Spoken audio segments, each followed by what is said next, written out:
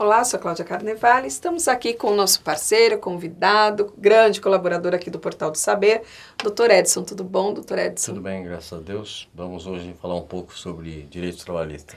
Perfeito, até porque Dr. Edson tem um blog, né, Foco em Saúde, gerido aí pela consultoria especializada na área da saúde e também, né, até porque o nosso primeiro tema aqui a respeito dos direitos do trabalhador, a gente vai falar sobre as questões negociais, sindicais e das empresas, né, e acho que até pela sua experiência, hoje atualmente ele está como presidente do Sindicato das Santas Casas, vai falar com muita propriedade sobre esse assunto, certo? Certo. Esta questão da representatividade patronal e profissional é uma das coisas hoje que nos traz uma reflexão muito importante, até porque na atual conjuntura política menciona-se o fato da valorização dessas negociações coletivas, né? A CLT é de 1943, né? Nós temos hoje um processo totalmente globalizado, um processo muitas vezes desatualizado na questão dos direitos do trabalho. E muitas vezes a legislação faz com que haja um engessamento dessa relação de negociação entre as partes. Uhum. Hoje nós temos uma quantidade expressiva de sindicatos ligados a vários segmentos, Sim. tanto na área de saúde, da indústria, né? Mas necessariamente eu vejo da seguinte forma: tanto o sindicato patronal como o sindicato profissional, ele tem que ter como meta específica a conciliação de convivência da relação entre patrão e empregado.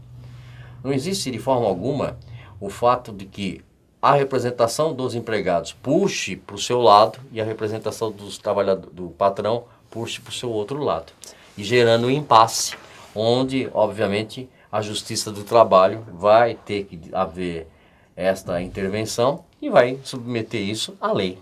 E a lei, muitas vezes, está doutrinada desde algum tempo, meados da própria gestão de pessoas lá na época de Getúlio Vargas, que não é a realidade de hoje, né? A realidade de hoje requer qualidade de vida, requer melhor remuneração, requer experiências, requer capacitação. Há uma quantidade enorme de exigências hoje nesse relacionamento trabalhista, e os sindicatos, de fato, eles na realidade têm que manter essa relação. Então, quando a gente fala de que há uma database para início dessas negociações, referente a esse diálogo entre patrão e empregado, o sindicato profissional, ele tem que ouvir a base, ele tem que chamar realmente os trabalhadores e não demonstrar a ele, porque eu sei que é difícil, eu sou sindicalista também, eu sei que é difícil fazer uma assembleia onde parte da plateia, ela quer saber quanto que vai ser o reajuste salarial, certo? Quanto é que eu vou ter de aumento, né? Então nós temos que modificar um pouco esse diálogo, mostrar de que, primeiro, as convenções coletivas não são cópias fiéis da consolidação das leis do trabalho. As convenções coletivas, elas devem refletir, de fato, o anseio da classe representada, né? Uhum. São vários segmentos, né? Então há uma preocupação muito grande em estabelecer qual o nível de percentual de horas extras, qual o nível de percentual do adicional noturno, mas muitas vezes coisas simples, né, que são possíveis serem feitas, mas isso realmente vai ter que ser feito um trabalho de base, tanto por parte do empregador como por parte do profissional. Esse diálogo, né, de convivência é difícil, e uma coisa interessante que eu venho discutindo há muito tempo lá no sindicato, esse fato de que o representante profissional, ele vir alguns meses antes da sua database, dizer que o segmento dele está enfrentando os seguintes problemas, assim, assim, assim, e que nós precisaríamos manter um diálogo com isso. Não vem. As negociações são efetivamente, a rigor, na database. Não há um diálogo anterior, né? Não existe a possibilidade das partes conversarem, né? No caso específico dos hospitais, eu acho que seria interessante, né, sempre os representantes dos hospitais saber o que os representantes dos profissionais da área de saúde estão tendo dificuldade. Eu tenho agora como exemplo aí, já discuti em outro programa aqui, o fato de inibir o trabalho de gestantes em locais insalubres, né? Ninguém ouviu o segmento, ninguém falou nada sobre isso, né? Quando a gente fala, por exemplo, que se precisa fazer exame de análise social do motorista, tá? Porque existe uma série de situações de que eles podem estar tomando medicamentos. Mas alguém já identificou qual é a jornada específica desse trabalhador? Sim. Por que que ele, na realidade, tem que correr tanto contra o frete? Então, essa a questão dos taxistas aqui, né?